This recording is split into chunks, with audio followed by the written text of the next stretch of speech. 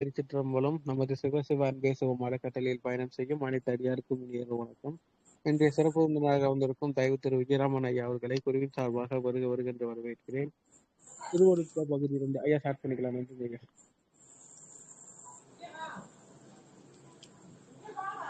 அருட்பெருஞ்சோதி அருட்பெருஞ்சோதி தனிப்பெருங்கருணை அருட்பெருஞ்சோதி சர்க்குரு திருவருட்பிரகாச வள்ளலார் திவ்ய திருவடிகளே சரணம் சரணம் சரணம். தயாநிதி சுவாமி சரவணானந்த சர்க்குரு மலரடிகள் போற்றி போற்றி. அருட்பெருஞ்சோதி அமுதமே அமுதமளித்து எனை வளர்த்திட அருளாம் தருட்பெரும் தாய்தன் கையிலே கொடுத்த தெய்வமே சத்திய சிவமே இருட்பெரு நிலத்தை கடத்தி எந்தனை மேலேற்றிய இன்பமே எல்லா பொருட்பெரு நெறியும் காட்டிய குருவே பொது நடம் புரிகின்ற பொருளே பொது நடம் புரிகின்ற பொருளே. ஆன்மநேய பெரியோர்களே, சான்றோர்களே, அருள் தாய்மார்களே, இந்த சிவசிவ அன்பே குழுவை சிறப்பாக நிர்வகித்து வரக்கூடிய பாலகிருஷ்ணன் ஐயா அவர்களே மற்றும் இதில் செயல்படக்கூடிய அத்தனை பேர்களுக்கும், இதை கண்ணுற்று கேட்கின்றவர்கள் அத்தனை பேர்களுக்கும் பணிவான வணக்கங்களை தெரிவித்து கொண்டு, இன்றைய தினம் திருவருட்பாவிலிருந்து ஒரு பாடலை எடுத்துக்கொண்டு நாம் சிந்தனை செய்ய இருக்கின்றோம். அது மகாதேவ மாலையிலிருந்து ஒரு அற்புதமான பாடல். கருணை நிறைந்து அகம்புறம் துளிம்பி வழிந்து உயிர்க்கெல்லாம் கலைகனாகி தெருள் நிறைந்த இன்ப நிலை வளர்க்கின்ற கண்ணுடையோய் சிதையா ஞான பொருள் நிறைந்த மறையமுதம் பொழிகின்ற மலர்வாயோய் பொய்யனேன் தன் மருள் நிறைந்த மனக்கருங்கற்பாறையும் உட்க சிந்து உருக்கும் வடிவத்தோயே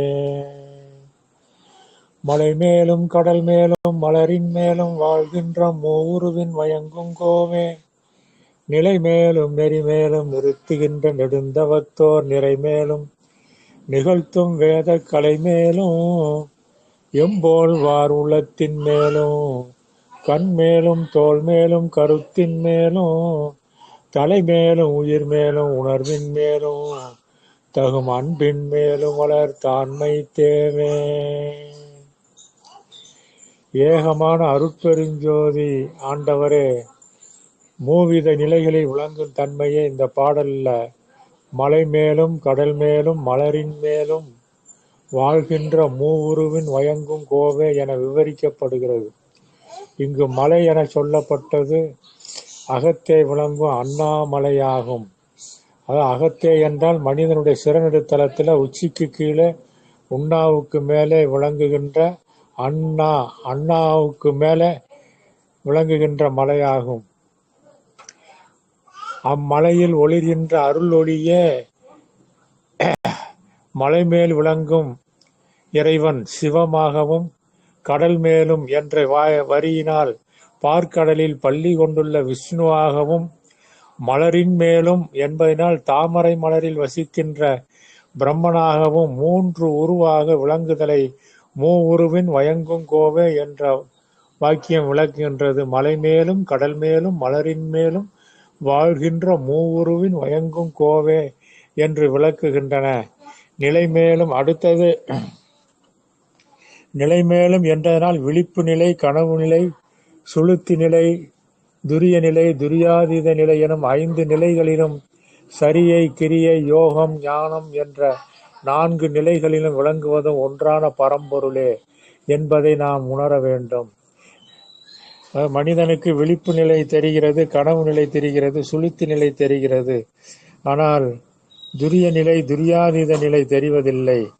அது நல்லொழுக்கமுடைய, ஜீவகாரணியமுடைய, பக்தியில் சிறந்த, அகநாட்டமுடைய, ஆத்மாவை உணர்ந்து சிந்திக்கக்கூடியவர்களுக்கே துரியம் துரியாதீதம் என்ற அந்த அக அனுபவம் இயல்பாக விளங்குவதாய் இருக்கும். விழிப்பு நிலை கடந்து, தூக்க நிலை கடந்து, கனவு நிலையும் கடந்து விளங்கக்கூடியது. அதாவது விழிப்பு நிலையில இறைவனையே நல்லவற்றையே சிந்தித்து சிந்தித்து அந்த விழிப்பு நிலை நல்லுணர்வே உறக்க நிலையிலும் ஒடுங்காதாக நிறைந்து கனவு நிலையிலும் அதுவே போன்ற அருள் கனவுகளே வந்து அதுவும் கடந்து அந்த 3 நிலைகளையும் கடந்து அந்த விழிப்பு நிலை தொடர ஆரம்பிக்கும். அதற்கு பேர் அந்த 4வது நிலைக்கு பேர் துரிய நிலை. அதற்கு மேல் துரியாதி, அதையும் கடந்து அதீதமாக விளங்கக்கூடிய நிலை துரியாதீத நிலை. இந்த 5 நிலை அனுபவங்கள் மனித உயிர்களுக்கு உண்டு, மற்ற எந்த ஜீவராசிகளுக்கும் கிடையாது. ஆகையினால இந்த 5 அனுபவங்களை வைத்துதான் நம்முடைய முன்னோர்கள் 5 நிலங்கள் என்றெல்லாம் அமைத்தார்கள். இதெல்லாம் சூட்சமா யாரும் தெரிந்து கொள்வதில்லை. அதனால அப்படி அந்த 5 நிலைகளிலும் சரியை, கிரியை, யோகம், ஞானம் என்ற 4 நிலைகளிலும் விளங்குவது, எல்லா நிலைகளிலும் அனுபவமாக விளங்குவது அந்த ஒன்றான அருட்பெருஞ்சோதி ஆகிய பரம்பொருளே என்பதை உணர்கின்றோம். வள்ளலார் கூறுவது, கடவுள் ஒருவரே, அவர் அருட்பெருஞ்சோதியர், அவர் தனிப்பெரும் கருணை மயமானவர். அதனால ஒன்றான கடவுளைத்தான் நாம் பற்றுதல் வேண்டும். அந்த ஒன்றான கடவுளைத்தான் நம்முடைய முன்னோர்கள் விநாயகனாகவும், முருகனாகவும், சிவமாகவும், திருமாலாகவும், அம்பிகையாகவும், சூரியனாகவும், இன்னும் பற்பல விரிந்த பல தெய்வ மூர்த்திகளாகவும் சொன்னார்களே தவிர கடவுள் ஒருவர் தான் என்பதை நாம் உணர்ந்து கொள்ளுதல் வேண்டும். கடவுள் என்ற ஒன்று என்ற உணர்வு வந்தால்தான் நமக்கு அக அனுபவம் கிடைக்கும். இல்லாவிட்டால் புறத்தில் ஏதோ பக்தி பண்ணிட்டு போய்கொண்டே இருப்பார்கள். அதைத்தான் பட்டினத்து சாமிகள் ஒன்றென்றிரு தெய்வம் உண்டென்றிரு உயர் செல்வங்கள்லாம் அன்றென்றிரு பசித்தோர் முகம்பார் நல் அறமும் நட்பும் நன்றென்றிரு நடு நீங்காமலே நமக்கு இட்டபடி என்றென்றிரு மனமே உனக்கு உபதேசம் இதே என்று அற்புதமான உபதேச மொழியை பட்டினத்து சுவாமிகள் நமக்கு கொடுத்திருக்கின்றார். ஒன்றென்றிரு தெய்வம் உண்டென்றிரு உயர் செல்வமெல்லாம் அன்றென்றிரு பசித்தோர் முகம்பார். அதான் ஜீவகாரணியம், இரக்கம் வேணும். பசித்தோர் முகம்பார்னா பசித்தவங்களுக்கு உணவு கொடுக்கக்கூடிய அந்த எண்ணம் வரணும். எண்ணம் வந்துருச்சுன்னா செயலாக ஆரம்பித்து விடும். பசித்தோர் முகம்பார் நல் அறமும் நட்பும் நன்றென்றிரு. நல்ல அறம், அரசியலும் நட்பும், நல்ல நட்பும் தான் நமக்கு நன்மை தரக்கூடியது. அதனால அதையே கடைப்பிடி என்று சொல்கின்றார் பட்டினத்து சுவாமிகள். நடு நீங்காமலே, அது மட்டும் இல்லாமல் நடு நீங்காமல் இருக்க வேண்டும். நடு நீங்காமலே நமக்கு இட்டபடி என்றென்றிரு மனமே உனக்கு உபதேசம் இதே என்று அற்புதமான அந்த பாடலை இந்த இடத்துல சிந்திக்கக்கூடியதாக இருக்கின்றது. ஆகையினால நெறிமேலும் என்றனால் இறைவனை அடையும் நெறியாக தாசமார்க்கம், சத்புத்திர மார்க்கம், சகமார்க்கம், சன்மார்க்கம் என வகுக்கப்பட்ட நெறிகளாக விளங்குவதும் இறைவனின் அருளே என்பதை உணர வேண்டும். இறைவனுடைய அருள் தான் விழிப்பு நிலை, கனவு நிலை, உறக்க நிலை, அது தொடர்ந்து துரிய நிலை, துரியாதீத நிலை என்ற 5 நிலைகளாக வருகிறது. அதற்கு அந்த அனுபவங்கள் வருவதற்கு சரியை, கிரியை, யோகம், ஞானம், அதிலே சுத்த சன்மார்க்கத்தில் ஞானத்தில் சரியை, ஞானத்தில் கிரியை, ஞானத்தில் யோகம், ஞானத்தில் ஞானம் என்ற அந்த அனுபவம் வரக்கூடியதான் சுத்த சன்மார்க்க அனுபவமாக இருக்கிறது. நெடுந்தவத்தோர் நிறைமேலும் என்றதனால் நீண்ட காலம் தவம் செய்தவர் பெற்றுள்ள ஆற்றலாகவும், வேத கலைமேலும் என்பதிலும் ரிக், யஜுர், சாம, அதர்வனம் என்னும் 4 வேதங்களின் உட்பொருளாகவும், போன்றவரின் உள்ளத்தின் மேலும், கண் மேலும், தோல் மேலும், மன அறிவு விளங்கும் இடம் இதயம். எனவே இதயத்தின் மேலும், அதில் எழுகின்ற கருத்தின் மேலும் விளங்குகின்றாய் எனவும், தலைமேலும், உயிர் மேலும், உணர்வின் மேலும் என்ற வரியில் தலைமேல் என்பது அகரம், ஆகாச நிலையாகவும், உயிர்மேல் என்பது உகரம், உயிர்நிலை இதயமாகவும், உணர்வின் மேல் என்பது என்பது ஒளிநிலையாகவும், ஆ உ இம் ஓம் ஆக காண்கின்றோம். தகும் அன்பின் மேலும் என்பது உடல், உயிர், உணர்வு என்னும் 3 நிலைகளிலும் அருள் உணர்வு, அன்பு உணர்வு நிறைந்து விளங்குவது இறைவனின் வளர் தாள்கள் ஆகும். தாள்கள் இறைவனின் திருவடிகளாகும். இத்திருவடியே ஒளிமயமான அருட்ஜோதியாகும். அரவிந்தம் என்றும் இதை சொல்வார்கள். அரவிந்தம் என்ற சொல் அருள் பிளஸ் விந்தம் எனவும், அரண் விந்தம் எனவும் பிரிக்கப்படும். அருள் விந்தம் என்பது அருள் ஒளியாகும். அரண் விந்தம் என்பது சிவபெருமானின் தாமரை ஒளி மலர் போன்ற பாத கமலங்கள் இரு திருவடிகளை குறிக்கும். அரவிந்தம் என்பது திருமால் பெற்ற சிவஜோதியாம் தாமரை மலர் போன்ற கண்களை அழகிய இரு நயனங்களையும் குறிக்கும்.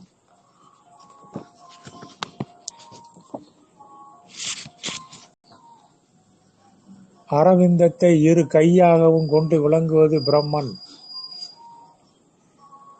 இரு கை எனில் கைகள் அல்ல, இருக்கையாக கொண்டவன். உந்தி கமலத்து இருக்கை அமருமிடமாக கொண்டவன். உந்தி கமலத்து விளங்கும் பிரம்மனும் இதய கமலத்து விளங்கும் விஷ்ணுவும் சகசர கமலம் 1000 இதழ் தாமரை மீது விளங்கும் சிவபெருமானும் சேர்ந்த மூவுருவும் ஓர் உருவாய் விளங்கும் வடிவத்தை சுசீந்திரம் என்ற கன்னியாகுமரி திருத்தலத்தில் உள்ள அந்த ஆலயத்தில் தானுமாலைன் என்ற பெயரில் நாம் தரிசிக்கலாம். தானு என்றால் சிவபெருமான், மால் என்றால் திருமால், அயன் என்றால் பிரம்மா. மலைமகளும் அலைமகளும் கலைமகளும் இணைந்த அருள் சக்தியின் அம்சமே இன்று தயவு ஆக நமக்கு சுத்த சன்மார்க்கத்தில் வழங்கப்பட்டுள்ளது. தா சிவமாகவும் யா விஷ்ணுவாகவும் ஊ பிரம்மமாகவும் சொல்லப்படுகின்றது. இத்தயவு வண்ண இறைவன் விளங்கும் இடம் நமது சிறநடு தலைமையாகும். இக்கருத்தையே கீழ்வரும் மகாதேவ மாலை பாடல் வரிகளால் நன்கும் மேலும் உணரலாம். பிறைமுடிக்கும் பெருமானே, துவளமாலை பெம்மானே, செங்கமல பிரானே, இந்த இறைமுடிக்கும் மூவர்கட்கும் மேலாய் நின்ற இறையே, உருவும் இன்றி இருந்த தேவே என்று சொல்லப்படுகின்றது. பிறைமுடிக்கும் பெருமானே என்றால் சிவபெருமானே, 3ஆம் பிறையில் சூடிய சிவபெருமானே என்று சொல்லப்படுகிறது. துவளமாலை பெம்மானே என்றால் துளசி மாலை அணிந்த திருமாலே என்று சொல்லப்படுகின்றது. செங்கமல பிரானே என்பது தாமரை மலர் மீது அமர்ந்திருக்கக்கூடிய பிரம்மாவை குறிக்கின்றது. இந்த இறை முடிக்கும் மூவர்கட்கும், இந்த 3 இறை நிலைகளுக்கும் மேலாய் நின்ற இறை, இதற்கும் இந்த மும்மூர்த்திகளையும் கடந்து ஐமூர்த்திகளையும் கடந்து மேலான தனித்தலைமை கடவுள் ஒருவர் இருக்கின்றார். அவரே அருட்பெருஞ்சோதி ஆண்டவர்.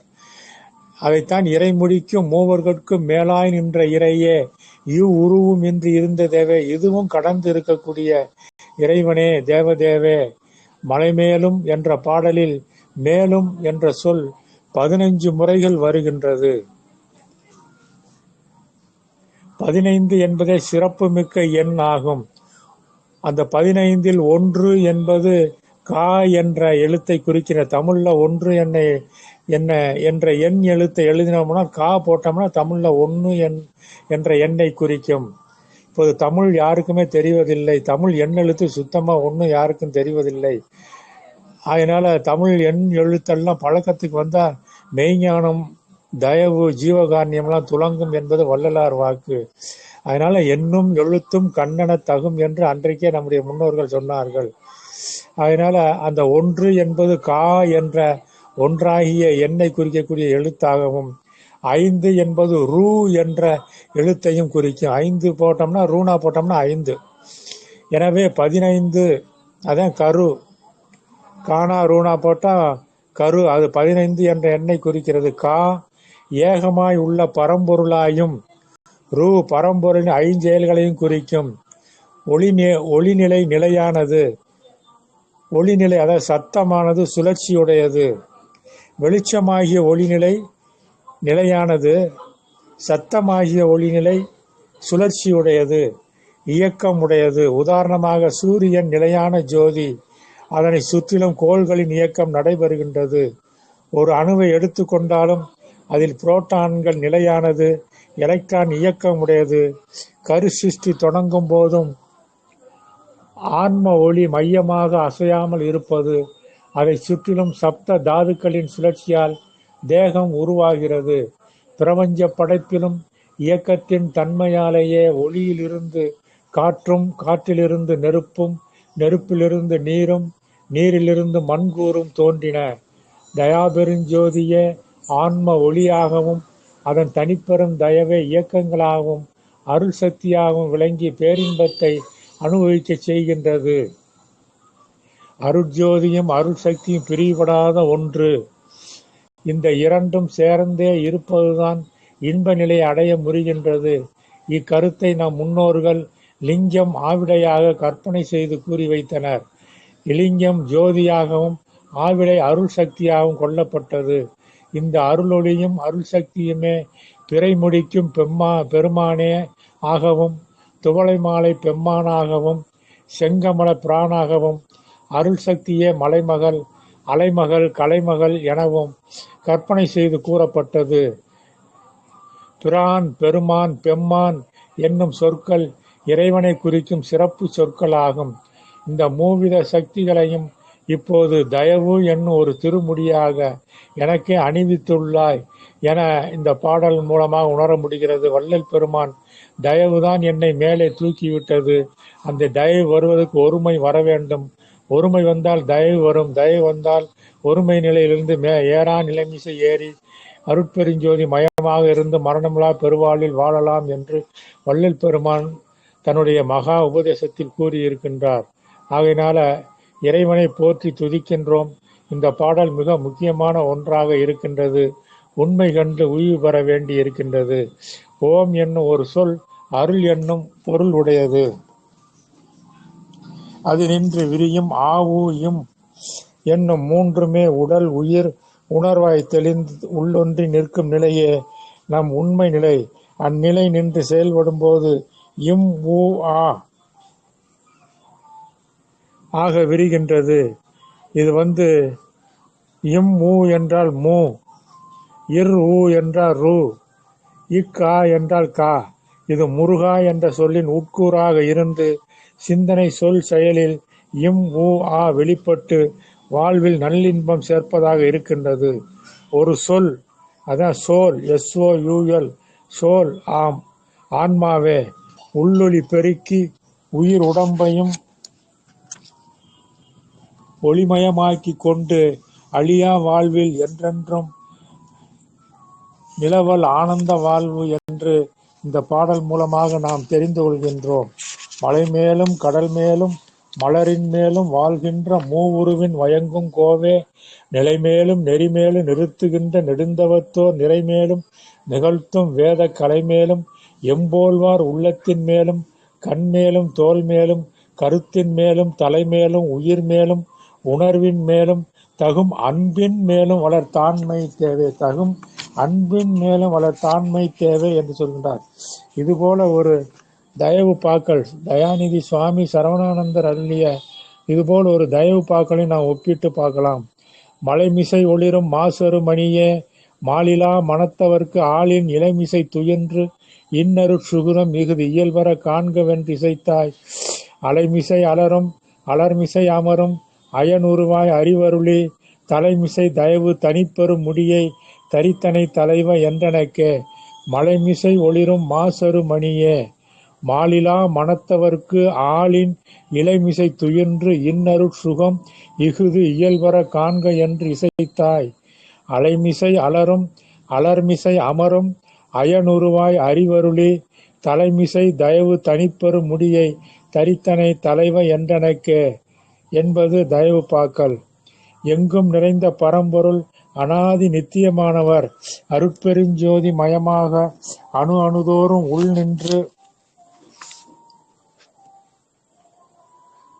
நின்று விளங்கி கொண்டே உள்ளார். இந்த பிரபஞ்சம் முழுவதிலும் இருப்பவர். இப்பிரபஞ்சமே தோன்றாத போதும் கூட ஒளிமயமாக விளங்கி கொண்டிருப்பவர் அந்த எல்லாம் வல்ல இறைவன். வெட்ட வெளியான இடம் வெளிப்பாழ் என்று சொல்லப்படுகின்றது. அந்த வெளியிடத்திலும் மின்காந்த அணுக்களாக ஒளி, அதாவது வெளிச்சம் நிரம்பியுள்ள தன்மை இடமும் ஒளி வடிவமும் சேர்ந்து ஏகமாம் நிறைந்து விளங்கும் நிலை வெளி ஒளிப்பால் என்று சொல்லப்படுகின்றது. இந்த ஒளி நிலையே பல பொருள்மயமாய் விளங்கும் நிலை ஒளிப்பால் ஆம். இவற்றின் இயக்கமே ஒளிநிலை. அதாவது ஒளிநிலை என்றால் சத்தம். அந்த ஒளி ஓம் என்னும் பிரணவநாதமாக எங்கும் எப்பொழுதும் ஒலித்து கொண்டே உள்ளது. ஓம் என்னும் பிரணவம் கடவுள் உண்மையை உட்பொருளாக கொண்டது. ஏகமான இறைவன் மூவிரு நிலைகளில் விளங்கும் தன்மையை விளங்க வைக்க கிடைத்துள்ள ஒரு ஒப்பற்ற சொல் ஓம் என்பது. ஓம் என்பதை ஆ உ இம் என பிரிக்கலாம். ஆ அகண்ட ஆகாச வடிவையும், ஊ காற்று நிலையையும் இம் ஒளி வெளிச்ச நிலையையும் குறிப்பதாக உள்ளது. இந்த ஓம் என்ற சொல்லே படைத்தல், காத்தல், அழித்தல் என்னும் 3 செயல்களையும் விளக்குவதாகவும் அமைந்துள்ளது. ஆ என்னும் எழுத்து ஆ என்னும் போது வாய் திறக்கப்படுகின்றது. இது படைத்தல் தொழிலை குறிக்கின்றது.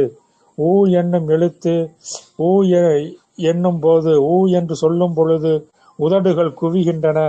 இது காக்கும் தொழிலை குறிக்கின்றது. இம் என்னும் எழுத்து இம் என்று சொல்லும் போது உதடுகள் மூடி ஒளி அதாவது சத்தம் அடங்கி விடுகிறது. இது அழித்தல் தொழிலாகும். இப்படி 3 நிலைகளை குறிக்கின்றது ஆ ஊ இம். இந்த 3 தொழில்களையும் செய்யும் இறைவனை 3 தெய்வங்களாக தத்துவ கற்பனை செய்து வழங்கியுள்ளனர் நம்முடைய முன்னோர். படைத்தல் செயல் பிரம்மா என்றும், காக்கும் செயல் விஷ்ணு என்றும், அழிக்கும் செயல் ருத்ரன் சிவன் என்றும் கூறி வைத்துள்ளனர். இந்த மூவித நிலைகளை விளக்குவதாகவே இந்த பாடல் அமைந்துள்ளது. இந்த பாடலில் மலைமிசை, இலைமிசை, அலைமிசை என வரிசைப்படுத்தப்பட்டுள்ளது. மலை என்பது சிறநடுத்தலம். மனிதனுடைய தலைபாகத்திலே விளங்கக்கூடிய சிறநடுத்தலம் மலை. அங்கு விளங்கும் மாசரு மணியாக சொல்லப்பட்டது அருளொளி அல்லது சிவம் அல்லது அருட்பெருஞ்சோதியாகும். ஆளின் இலைமிசை மீது பள்ளி கொண்டு சுக நித்திரை செய்வது விஷ்ணு. ஆலமரத்து இலை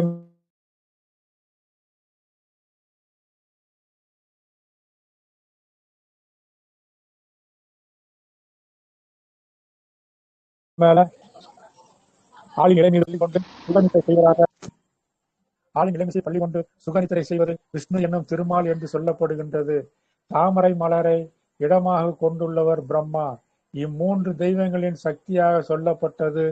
மலை மீது வாழ்பவராம் சிவபெருமானின் தலை மீது விளங்கும் கங்கை பார்வதி தேவி. ஆலமர இலை மீது துயிலும் விஷ்ணுவின் இதயத்தில் தாமரை மலர் போன்று வீற்றிருப்பவர் லட்சுமி. தாமரை மலர் மீது வீற்றிருக்கும் பிரம்மாவின் நாவின் மீது இடங்கொண்டவள் கலைமகளாகிய சரஸ்வதி என்று தத்துவ அருள் கற்பனை செய்து நம்முடைய முன்னோர்கள் வெளியிட்டுள்ளனர். இவையெல்லாம் அக அனுபவத்திற்காகத்தான் என்பதை உணர்ந்து கடவுள் ஒருவரே என்ற அந்த உயர்ந்த சிறநெடுத்தலத்திலிருந்து மனிதன் வாழ வர வேண்டும் என்று வள்ளல் பெருமான் அறிவுறுத்துகின்றார்.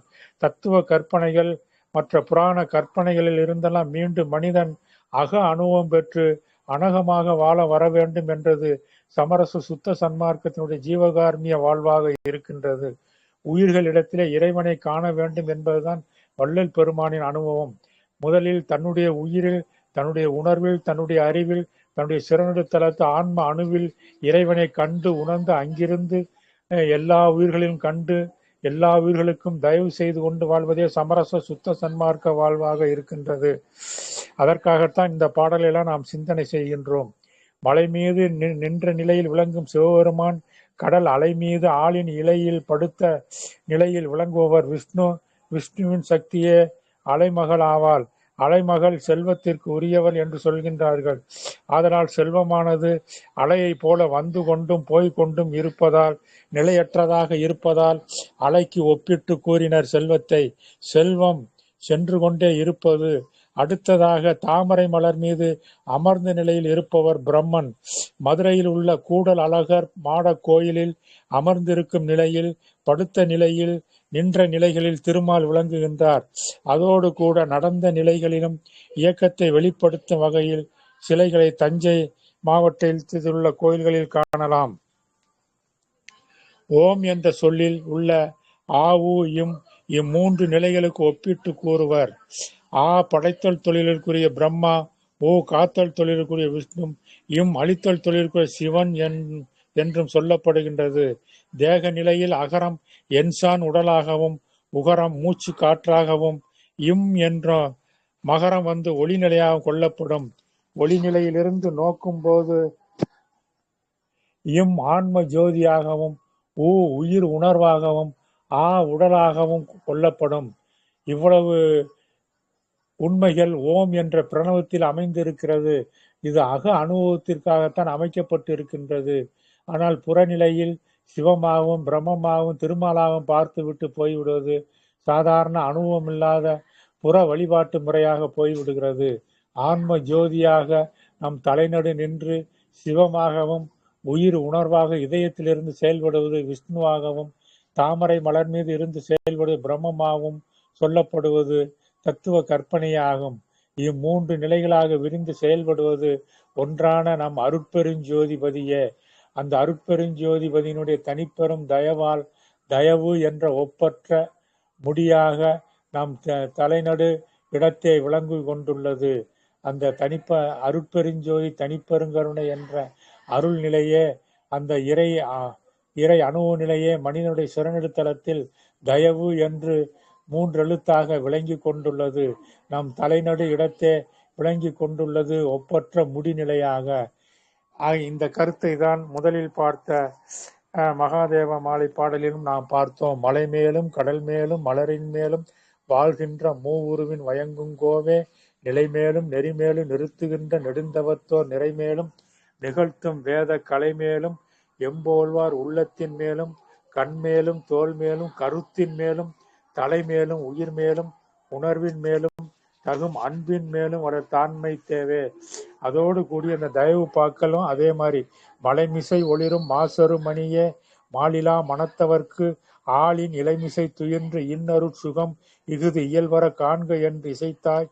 அலைமிசை அலரும் அலர்மிசை அமரும் அயனுருவாய் அறிவருளி தலைமிசை தயவு தனிப்பெரும் முடியை தரித்தனை தலைவ என்றனக்கே என்ற இரண்டு பாடல்களும் இறைநிலை வந்து புறத்திலும் அகத்திலும் புறம் அகம் கடந்த அக அனுபவத்திலும் அனகமாக சுத்த சன்மார்க்க நிலை நின்று வாழும்போது மரணமில்லா பெருவாழ்வாக விளங்குகின்றதை நாம் அறிந்து உணர முடிகின்றது.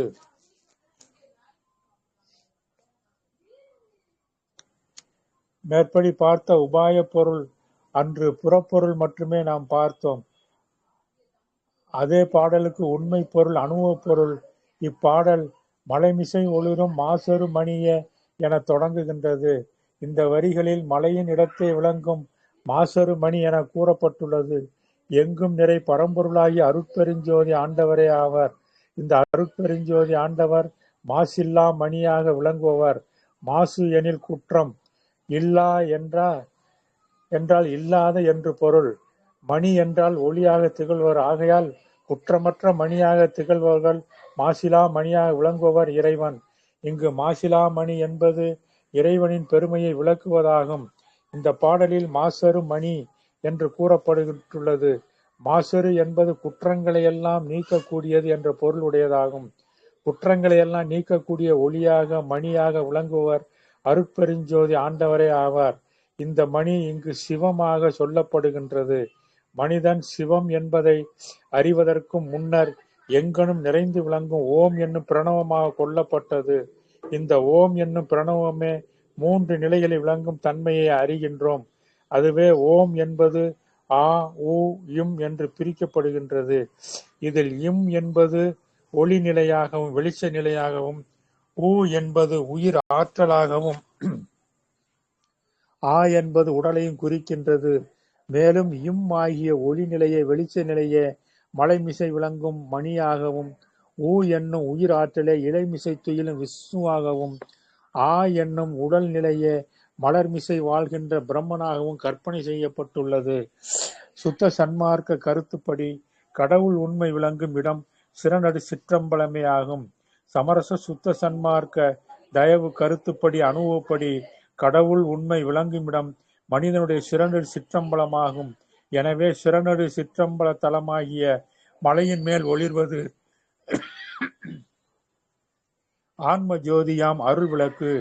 எனவே சிறநடு தலமாகிய மலையின் மேல் ஒளிர்வது ஆன்ம ஜோதியாம் அருள் விளக்கு. உயரமான ஒரு இடத்தில் மலையில் எரிகின்ற விளக்கின் ஒளியானது நாலா பக்கங்களிலும் இருந்தும் காண முடியும். இதனையே குன்றின் மேலிட்ட விளக்கு என கூறுகின்றனர். அந்த சிறு ஒளி சுடராக விரியும் போது இன்னும் அதிக பிரகாசம் கிடைக்கின்றது. மேலும் அச்சுடர் விரிந்து ஜோதியாகும் போது எங்கெங்கும் அதன் ஒளி பரவுகின்றது. இந்த பாடலில் மலைமிசை விளங்கும் மணி என சொல்லப்பட்டது இந்த அருள் ஒளி விளக்கே ஆகும். சிறநடு தலத்தில் விளங்கக்கூடிய அந்த அருள் ஒளியைத்தான் குறிக்கப்படுகின்றது. இந்த விளக்கை யாரால் காண முடியும்? மாலிலா மனத்தவர் தான் காண முடியும். பற்றுகள் மயக்கம் நீங்கிய சலனமில்லா மனம் உடையவர்க்கு மேலே கூறப்பட்ட அந்த அருட்பெருஞ்சோதி சிவஜோதி காட்சியே ஆளிலை மீது பள்ளி கொண்ட விஷ்ணுவின் காட்சியாகவும் விளங்கும் என்பதை மாலிலா மனத்தவர்க்கு ஆளின் இளமிசை துயின்று இன்னருட் சுகம் மிகுது இயல்பர காண்கவென்று இசைத்தாய் என்ற வரிகள் விளக்குகின்றன. ஆள் இலையின் மீது விஷ்ணு துயிலுவதாக விளக்கப்படுகிறது. துயிலுதல் என்றால் தூங்குதல் என்று பொருள் அல்ல. சாதாரணமாக தூங்கினால் புற உலக நிகழ்ச்சியில் தெரிவதில்லை. உணர்வோடு கூடிய உள்ளொளி நிலையிலிருந்து தூங்குதல் சுக நித்திரை அரிதுயில் என்று சொல்லப்படுகின்றது. அதனால்தான் விஷ்ணுவுக்கு திருமாலுக்கு அரி என்ற பெயர் வைத்திருக்கின்றார்கள். அரிதுயில் என்றால் உணர்வோடு கூறிய அக அணுவ நிலை, ஆன்ம அணுவ நிலை என்று சொல்லப்படுகின்றது. இவ்வாறு சுக நித்திரையில் இருப்பவர் மனம் ஓர்மை அடைந்து அடங்கி நிற்கும். அந்த நிலையைத்தான் அரிதுயில் ஹரி என்று தத்துவ கற்பனை செய்துள்ளார்கள். இதனால் கண் புருவங்கள் மேலேறி நிற்கும். மனிதன் இந்த அனுபவத்தை பெறும்பொழுது அவனது இரு கண் புருவங்களும் மேலேறி நிற்கும். இவர்கள் எங்கே எது நடந்தாலும் அறிய வல்லவர்கள். இன்றைய விஞ்ஞான உலகம் இவ்வாறு யோக நித்திரை கொண்டவர்களின் மனம் எவ்வாறு உள்ளது என கருவிகளை கொண்டு ஆராய்ந்துள்ளனர். அந்த கருவி மனத்தின் சலனங்களை கோடுகளாக காட்டும். சலனமுடைய மனத்தின் கோடுகள் வளைந்து வளைந்து காணப்படும். சலனமற்ற மனத்தின் கோடுகள் ஒரே நேராக அமையும். எனவே இறைவன் சுகநித்திரை செய்யும் கோலம் கற்பனை செய்யப்பட்டு ஆலயங்களில் சிலைகளை வடித்துள்ளனர் நம்முடைய முன்னோர்கள். சிதம்பரத்தில் கோவிந்தராஜர் பள்ளி கொண்ட நிலையில் சிவநடன தரிசனம் செய்யும் காட்சியும், ஸ்ரீரங்கத்தில் ஸ்ரீ ரங்கநாதர் தெற்கு நோக்கி பள்ளி கொண்டுள்ள காட்சியையும் காணலாம். நீங்கள் சிதம்பரம் சென்றால் அங்கே கோவிந்தராஜர் படுத்துக்கொண்டு நடராஜரை பார்ப்பது போல படுத்திருப்பார். அதான் அந்த கோவிந்தராஜர் மனிதனுடைய ஆத்ம அணுநிலையை குறிப்பதாக இருக்கின்றது.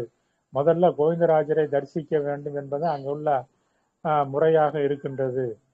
முதலில் கோவிந்தராஜரைனா நம்முடைய ஆன்மாவை அறிந்து அந்த நிலையில் நிற்க வேண்டும். அதுதான் அரிதுயில் நிலை. அங்கிருந்து இறைவனுடைய ஐந்தொழில் அனுபவத்தை காண்பது அந்த அனுபவம். அதுதான் அரிதுயில் நிலையிலிருந்து இறைவன் செய்யக்கூடிய ஐந்தொழில் நடனத்தை செயல்களை உணர்ந்து வாழ்வது நடராஜர் நடனமாக காட்டப்படுகின்றது. ஆகினால் இதைத்தான் சிதம்பரத்திலே கோவிந்தராஜராகவும் நடராஜராகவும் ஒரே சன்னதியில் அமைத்து வைத்திருக்கிறார்கள் என்பதை நாம் பார்க்கலாம். அதை இடது கண் பக்கம் நாம் சிதம்பரம் நடராஜரை நோக்கி நின்று வணங்கும் போது இடது கை பக்கம் கோவிந்தராஜரும் நம்முடைய புருவ மத்திக்கு நேர நடராஜரும் இருந்து தரிசிக்கக்கூடிய அந்த மேடையிலிருந்து ஒரே நேரத்தில் தரிசிக்கலாம் என்பதையும் அங்கு போய் நின்று அனுபவித்து காணலாம். அதனால இவையெல்லாம் மனிதன் தன்னுடைய மனித தேகத்துல இறைவன் இருக்கின்ற அந்த ஆத்ம நிலையில் நின்று அந்த அக அனுபவத்தை பெருக்கிக் கொள்வதற்காகத்தான் இந்த கோயில்கள் எல்லாம் செய்து வைத்திருக்கிறார்கள் என்பதை உணர வேண்டும். ஏதோ புறத்தில் போய் சில வழிபாடுகளை செய்துவிட்டு இது சமய ஒற்றுமைக்கான கோயில் என்ற அளவிலே மட்டும்தான் வந்து விடுகின்றார்கள். ஆனால் மனிதன் சுத்த அருள் அனுபவம், சுத்த சிவானுபூதி, இறை அனுபூதி பெற்று வாழ்வதற்காகவே அமைக்கப்பெற்ற உன்னதமான கோயில் சிதம்பரம், தில்லை சிதம்பரம் நடராஜர் கோயிலாக அமைக்கப்பட்டுள்ளது. அதனால்தான் அங்கே கோவிந்தராஜரும் நடராஜரும் ஒரே சன்னதியில் ஒரே நேரத்தில் இருந்து தரிசிக்கக்கூடியதாக அமைக்கப்பட்டுள்ளது என்பதை அந்த கமலா பீடத்தில் இருந்து புருவ மத்திய நிலையிலிருந்து அனுபவிக்கலாம் என்பதை காட்டுவதற்காகத்தான் அந்த கோவிந்தராஜருக்கு நேர ஒரு தாமரை மலர் போன்ற கல்லில் செதுக்கப்பட்ட பீடம் இருக்கு. அங்கே நின்று நடராஜரையும் தரிசிக்கலாம், கோவிந்தராஜையும் தரிசிக்கலாம் என்ற நிலை அமைக்கப்பட்டுள்ளதான் கமல பீடம் என்று சொல்லப்படுகின்றது. கமல பீடம் என்பது புருவ மத்தியாகிய அந்த தாமரை கண்ணை குறிக்கின்றதாக அமைந்துள்ளது. ஆகையினால அது மாதிரி ஸ்ரீரங்கத்துல ஸ்ரீ ரங்கநாதர் தெற்கு நோக்கி அமர்ந்திருக்கின்றார். அங்கேயும் அப்படித்தான் நடராஜர் தெற்கு நோக்கி நடனம் ஆடுகிறார். கோவிந்தராஜர் தெற்கை தலை வைத்து வடக்கு நோக்கி நடராஜரை பார்த்த மாதிரி அமைக்கப்பட்டுள்ளது சிதம்பரம் தில்லை சிதம்பரம் கோயில்ல. ஸ்ரீரங்கத்துல ரங்கநாதர் தெற்கு நோக்கிய பார்வையாக தெற்கு நோக்கிய சன்னதியாக அமைக்கப்பட்டிருக்கின்றது. இதையெல்லாம் அக அனுபவத்திற்காகத்தான் இப்படியெல்லாம் செய்து வைத்திருக்கிறார்கள் என்பதை நாம் காண வேண்டும். ஸ்ரீரங்கத்தில் ரங்கநாதர் தெற்கு நோக்கி பள்ளி கொண்ட காட்சியையும் நாம் காண வேண்டும். மலை மீது விளக்காக சொல்லப்பட்டது இங்கு சுடராக விரிகின்றது. உகரம் உயிர் சக்தியாகவும் உயிர் சக்தி செயல்படும் இடம் இதயத்தானமாகவும் விளங்குகின்றது. தலைநடு விளங்கும் ஆன்ம விளக்கு இதயத்தில் சுடராக விரிந்து நிறை ஞானத்தை நமக்கு தந்தருளுகின்றது. நிறை ஞானம் முழுமதியை குறிக்கும். இந்த அகநிலை அனுபவம் காட்சி புற உலகில் எப்படி காணப்படுகின்றது? திருச்செந்தூர் திருத்தலத்தில் நீல கடலில் காலை கதிரவன் தோன்றும் முன் ஆலயத்தில் அழகு தெய்வம் முருகப்பெருமானின் விஸ்வரூப தரிசனம் நடைபெறுகின்றது. எனவே முருக பக்தர் ஒருவருக்கு கதிரவன் தோன்றும் காட்சி நீல மயில் மீது திருமுருகன் எழுந்தருளி பவனி வரும் காட்சியாக தெரிகின்றது. இந்த அற்புத காட்சியை காணுகின்ற விஷ்ணு பக்தருக்கோ நீல கடலில் பள்ளி கொண்டுள்ள நீல வண்ண மேனியன் இதயத்தில் இளங்கும் திருமகளின் காட்சியாக தெரிகின்றது. நக்கீரர் வருணிக்கும் அழகை திருமுருகாற்று படையின் தொடக்கத்தில் வரும் பாடல் வரிகளால் நாம் உணரலாம். திருமுருகாற்று படையில முதல்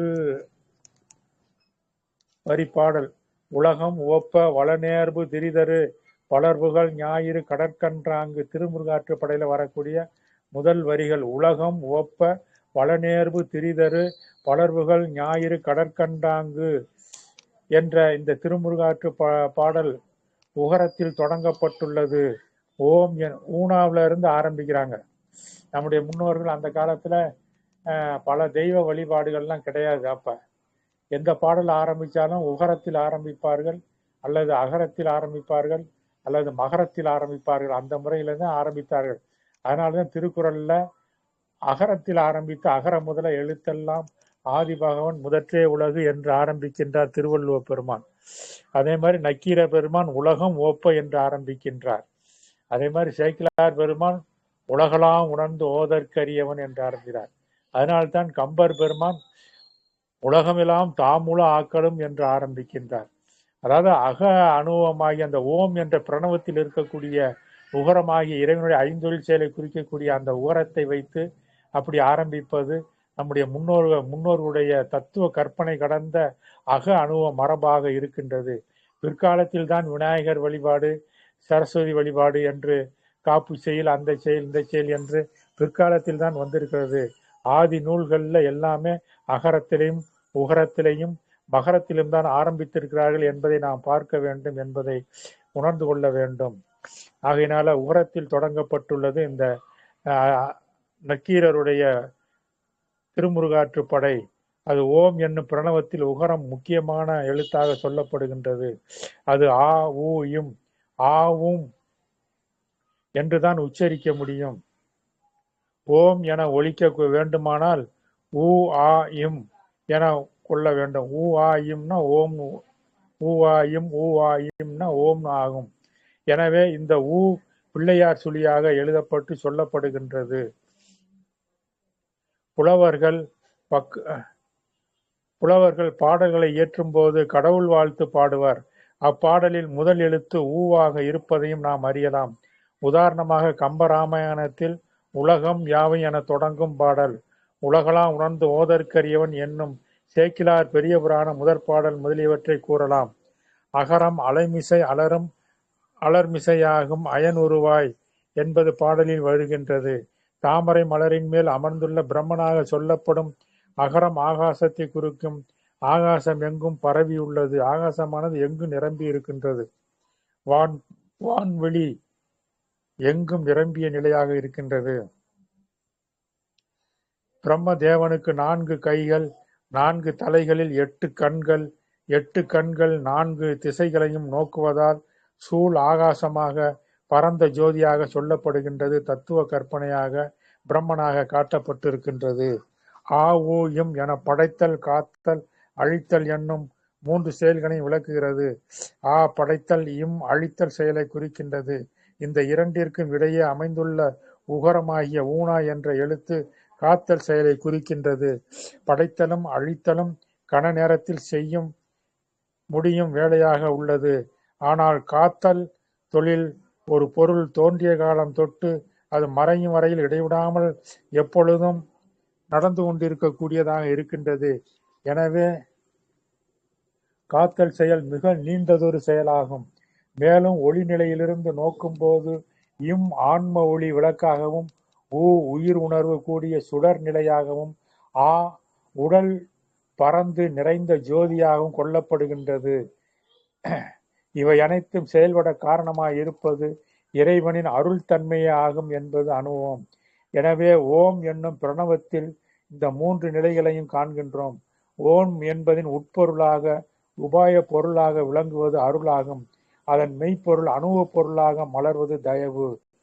ஓம் என்பதின் உட்பொருளாக உபாய பொருளாக விளங்குவது அருள். அதன் மெய்ப்பொருள் அனுபவ பொருளாக மலர்வது தயவு என்ற சொல்லாகும். தயவு என்ற அனுபவமாகும். மாலிலா மனத்தவர்க்கு ஆளின் இளைமிசை துயின்று இன்னரு சுகுதம் இகுது என்னும் வரிகளை மாலிலா மனத்தவர்க்கு ஆளின் இளைமிசை துயின்று இன்னர் சுகம் இகுது என கொண்டு பொருள் காண வேண்டும். இங்கு கால் என குறிக்கப்படுகின்றது இறைவனின் திருவடியே ஆகும். அந்த திருவடிகள் அமைந்துள்ளது நமது ஆன்ம ஆலயமாகும். சுத்த சத்விசாரத்தால் சார்ந்து நின்று மன ஓர்மையினால் அறியப்படும் போது உண்மைகள் வெளிப்படுகின்றன. சுத்த சத்விசாரம் என்றால் மனிதன் ஒழுக்கம் நிரம்பியவனாய் ஜீவகாரணி உணர்வு உடையவனாய் எல்லா உயிரும் என் உயிர் என்ற உணர்வோடு புருவ மத்தியில் இருந்து சிந்தித்து சிந்தித்து அங்கே உள்ளொளியாக இறைவன் விளங்குவதாக பாவித்து அந்த நிலையில் ஒன்றி நிற்பது அந்த சுத்த சத்விசாரமாக இருக்கின்றது. அப்படி சுத்த சத்விசாரத்தால் சார்ந்து நின்று மன ஓர்மையால் அறியப்படும் போது உண்மைகள் வெளிப்படுகின்றன. நம்மில் விளங்கும் ஆன்ம ஜோதியே மலைமிசை விளக்கு எனப்பட்டது. இந்த விளக்கு எப்பொழுதும் இருக்கின்ற ஒன்றே ஆகும். அது அறியப்படாதவரே எரியாத விளக்காக உள்ளது. தேக பற்றுகள் தவிர்க்கப்பட்டு மனத்தின் மாயைகள் எல்லாம் அகன்ற பொழுது இந்த ஆன்ம விளக்கின் தரிசனம் பெற்று இயல் உண்மை உணர முடிகின்றது. இந்த கருத்தை திருமூல தேவநாயனார் பாடுகின்றார். மனத்து விளக்கினை மாண்பட ஏற்றி சினத்து விளக்கை செல்ல நெருக்கி அனைத்து விளக்கும் திரியொக்க தூண்ட மனத்து விளக்கு அது மாயா விளக்கே. மனத்து விளக்கினை மாண்பட ஏற்றி சினத்து விளக்கை செல்ல நெருக்கி அனைத்து விளக்கும் திரியொக்க தூண்ட மனத்து விளக்கு அது மாயா விளக்கே என்னும் திருமந்திர செயலால் நாம் தெரிந்து கொள்ளலாம். இந்த பாடலில் சினத்து விளக்க என்ற சொல் வருகின்றது.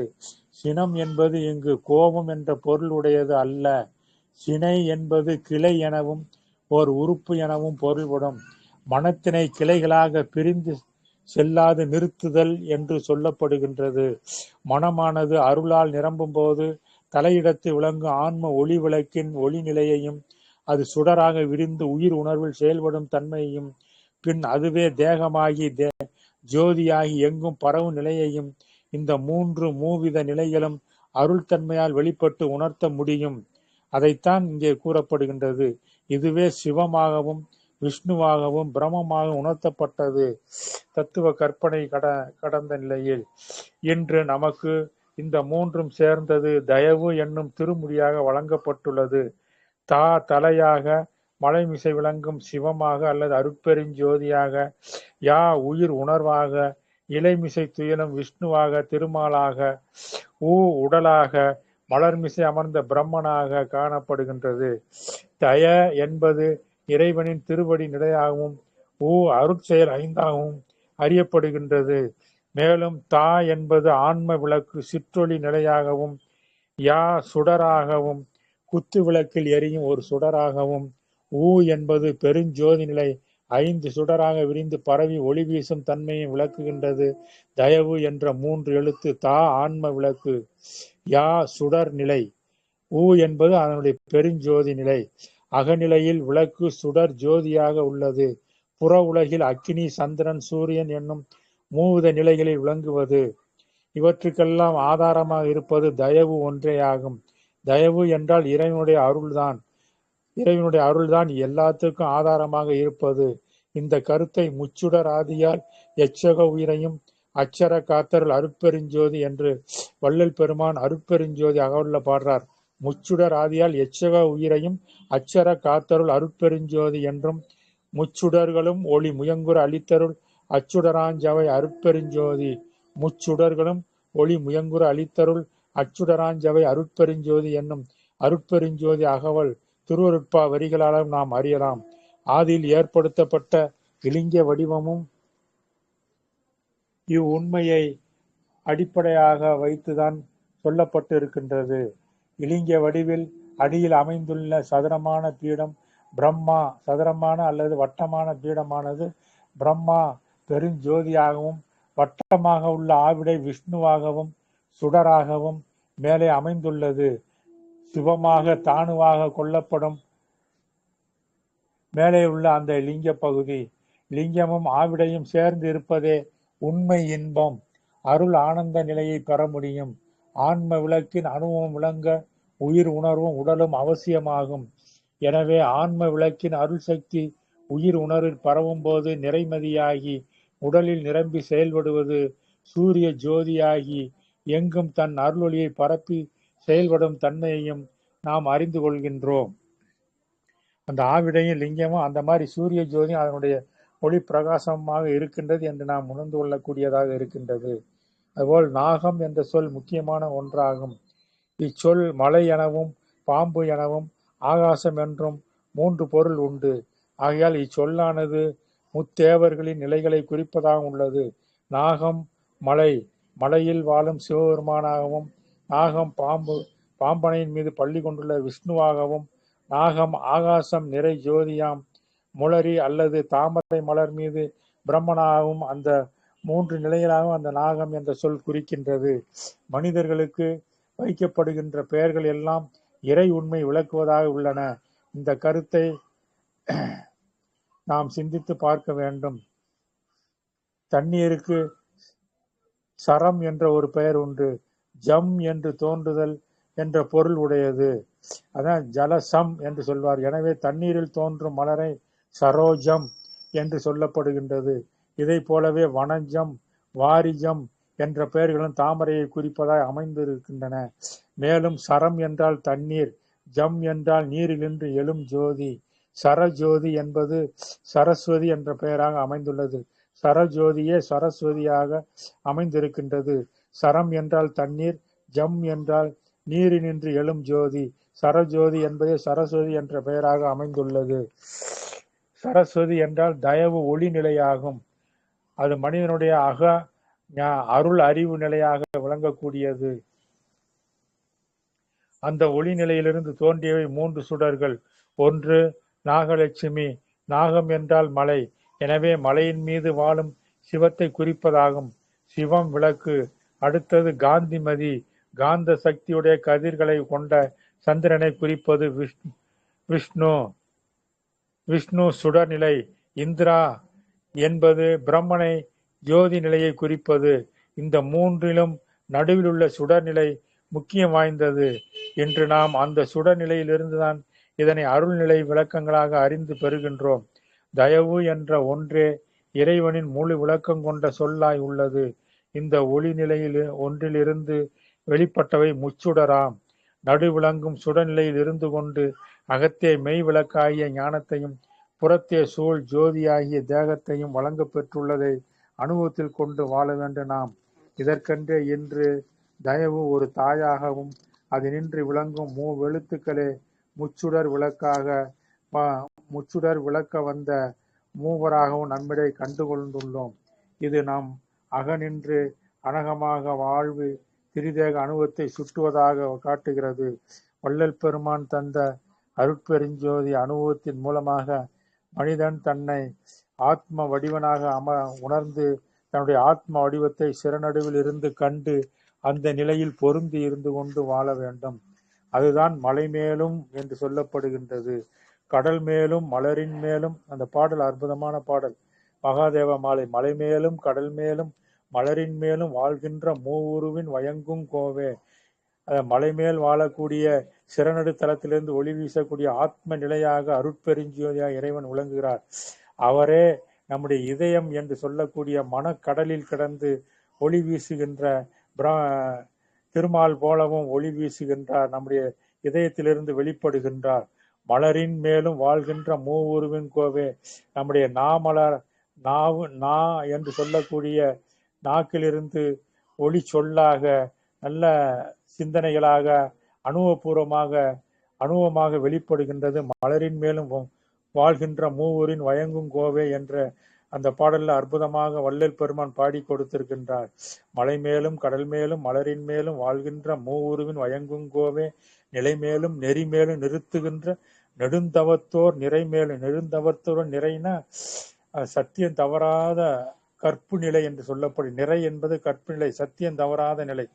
அதைத்தான் நிலை மேலும் நெறி மேலும் நிறுத்துகின்ற நெடுந்தவத்தோர் நிறை மேலும் நிகழ்த்தும் வேதங்கள் எல்லாம் அந்த சத்தியவான்களாக இருந்து வாழ்ந்த மனிதர்கள், ஞானிகள் தான் வேதங்களையும் அருள் பாற்களையும் நமக்கு கொடுத்திருக்கின்றார்கள். அதைத்தான் நெடுந்தவத்தோர் நிறை மேலும் நிகழ்த்தும் வேத கலை மேலும் எம்போல்வார் உள்ளத்தின் மேலும். சுத்த சன்மார்க்கத்தின் மூலமாக ஜீவகாரணியத்தை கடைபிடித்து கொல்லாமை, புலால் உண்ணாமை, கல் உண்ணாமை என்ற அந்த ஜீவகாரணிய உணர்வு நிலையில், சத்துவ குண நிலையிலிருந்து வாழ்கின்ற மனிதனுடைய உள்ளத்தில் இருந்து வெளிப்படுகின்றவர் தான் இறைவன். அவர்கள்தான் எம்போல்வார் உள்ளத்தின் மேலும் என்று சொல்லப்படுகிறது. வள்ளல் பெருமானின் உள்ளம் ஜீவகாரணிய உள்ளம். உயிர்கொலை செய்யக்கூடாது, கொடும் புலாலாகிய மது மாமிசம் சாப்பிடக்கூடாது என்பது வள்ளலாருடைய தலையாய சமரச சுத்த சன்மார்க்கத்தின் சத்திய கொள்கையாகும்.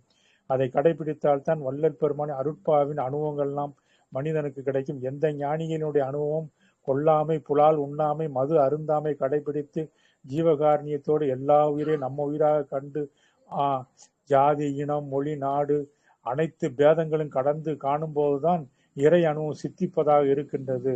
ஆகையினாலதான் வள்ளல் பெருமான் ஜாதியிலே, மதங்களிலே, சமய சாத்திரங்களிலே ஆதியிலே அபிமானித்து அலைகின்ற உலகீர் நீர் அலைந்தலைந்து வீணே அழிதல் அழகளவே. அதனால ஜாதி, இனம், மொழி, நாடு என்ற பேதங்களெல்லாம் கடந்து எல்லோரும் ஒன்றாகிய இறைவன் அருட்பெருஞ்சோதியினுடைய தனிப்பெருங்கருணை ஆன்மா உயிர்நிலை என்று உணர்ந்து ஜீவதயவோடு நாம் வாழ வேண்டும் என்பதை இந்த நெடுந்தவத்தோர் நிறைமேலும் நிகழ்த்தும் வேத கலை மேலும் எம்போல்வார் உள்ளத்தின் மேலும் கண் மேலும் தோல் மேலும் கருத்தின் மேலும் தலை மேலும் உயிர் மேலும் உணர்வின் மேலும் தகும் அன்பின் மேலும் மலர் தாண்மை தேவை. எல்லா இடையில இருந்து அன்புல இருந்துதான் இறைவன் விளங்குகிறார்.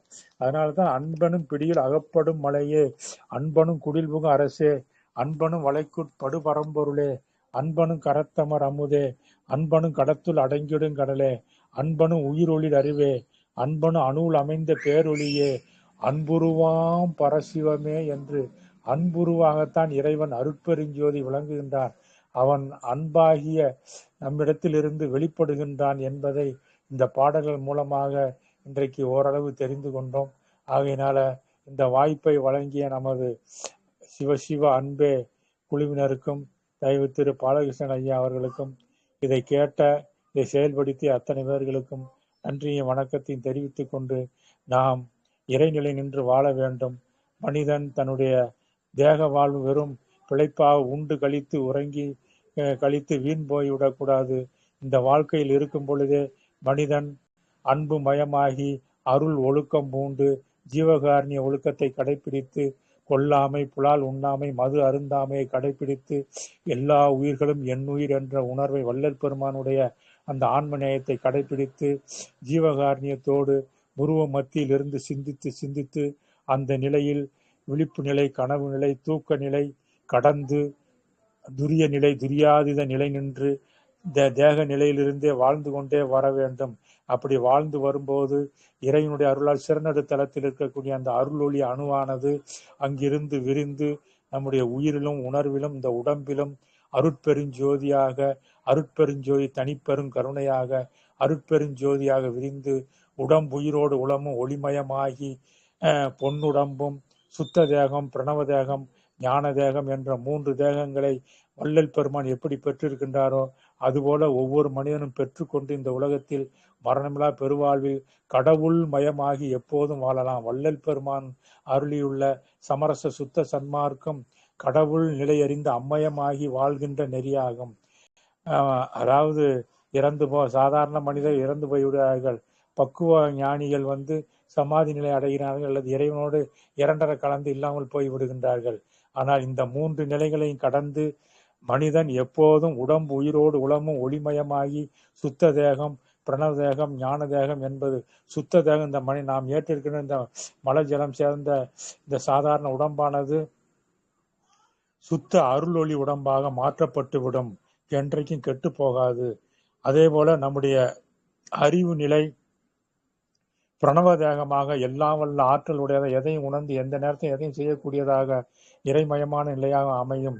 மூன்றாவது நிலையாக இருக்கக்கூடிய நம்ம ஆன்ம நிலையில் சிறந்த தளத்தில் இருக்கக்கூடிய ஆன்ம அணுசக்தி அண்டமுற்று நிரம்பியதாகிய ஞான நிலையை எல்லா உயிரும் நாமாக விளங்கக்கூடிய அனுபவத்தை தந்து சுத்த ஞான பிரணவ தேக நிலையிலிருந்து கடவுள் மயமாகி எல்லா காலத்திலும் ஊழிதோர் ஊழியும் நின்று வாழும்படியாக செய்யும் நிலையை தருவது வள்ளல் பெருமான் அருளியுடைய சமரச சுத்த சன்மார்க்கம். அதனால அப்படிப்பட்ட சுத்த சன்மார்க்கத்தை அறிந்து அடைவதற்கு வள்ளல் பெருமான் எளிமையாக சொல்கின்றார். ஈரமும் அன்பும் கொண்டு இன்னொருள் பெற்றேன், என் மார்க்கம் இரவாத சன்மார்க்கம் தோழி என்று சொல்றார். அதற்கு இரக்கமும் அன்பும் தான் வேணும். அன்பு என்பது உண்மையை குறிப்பது. மனிதன் உண்மையாக இருப்பானால் அவனுக்கு அன்பு விளையும்.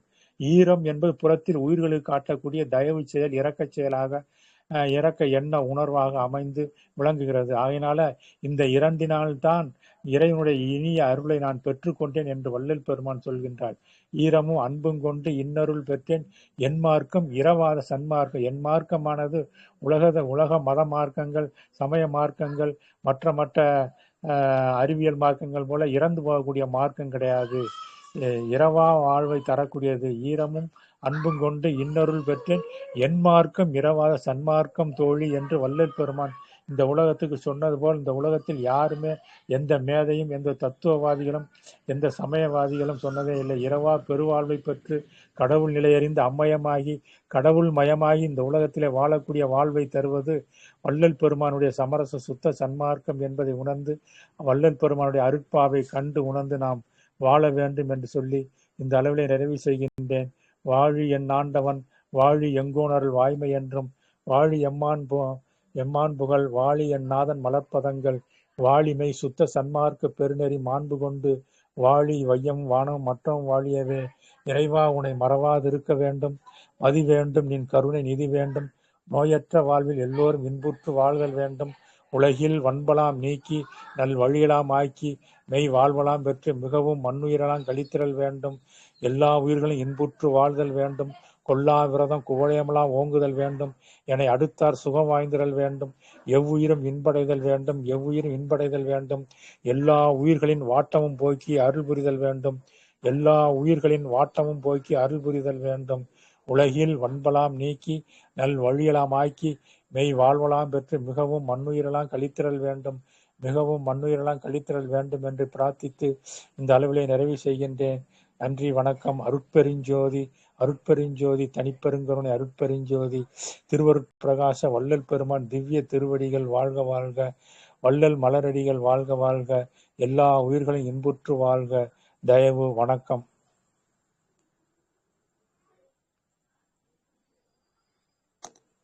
ஐயா ஐயா கேக்குதுங்களா? ரொம்ப சிறப்பா எடுத்திருந்தீங்க. ரொம்ப ரொம்ப நன்றி. சங்கீதா இருக்கீங்களா? சங்கீதா, நன்றிங்க ஐயா. மலையிலயும் எடுத்துக்கிட்டீங்க. வணக்கம் ஐயா. ஐயா, ரொம்ப நல்லா இருந்தது கிளாஸ். ஸோ கேட்கவே வள்ளலார பத்தி அவருடைய அந்த கருத்துக்களை இவ்வளோ செறிவா அழகா சொல்லிட்டே இருந்தீங்க. ஸோ கேட்கவே ரொம்ப நல்லா இருந்ததுங்க ஐயா. அப்புறம் அதை ஃபாலோ பண்றதுக்கு ட்ரை பண்றோம் ஐயா. நல்லது நல்லது. நிறைய விஷயங்கள் ஜீவகாருண்யம் பத்தி நிறைய விஷயங்கள் சொல்லியிருக்கீங்க, வள்ளலாருடைய கருத்துக்கள் எல்லாமே. ஸோ மிக்க நன்றிகள் ஐயா. சிறப்பா இருந்தது. நன்றிகள் ஐயா. நன்றி, வணக்கம். நன்றிகள் ஐயா. ரெக்கார்டிங் ஆஃப் பண்ணிக்கிறேன்.